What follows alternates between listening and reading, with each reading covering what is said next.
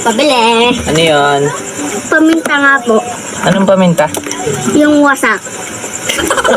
Wasak. Sabi ni mama, Anong wasak? ay durog pala. Po bang kamay ang mga ibon? Alam mo, mag-iingat ka, maraming klaseng ibon. Ha? Merong lovebird. Ayan, doon ka mag-iingat sa angry bird. Ha? Meron pang ibon na gusto laging shoot. Ha? Meron. Ano po yan? Larry Bird. Sesame. Sa Sesame Street. Meron pang yung bird na amusing. Amusing po? Oo, pinaka-amusing na bird. Ano po yun? Kakatu. Ha? Kakatuwa.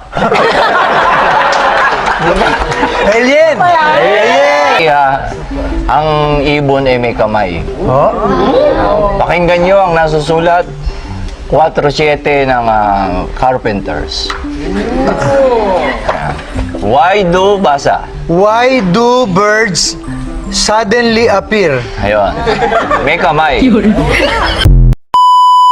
Bakit tayo may sakit kayo, Tay?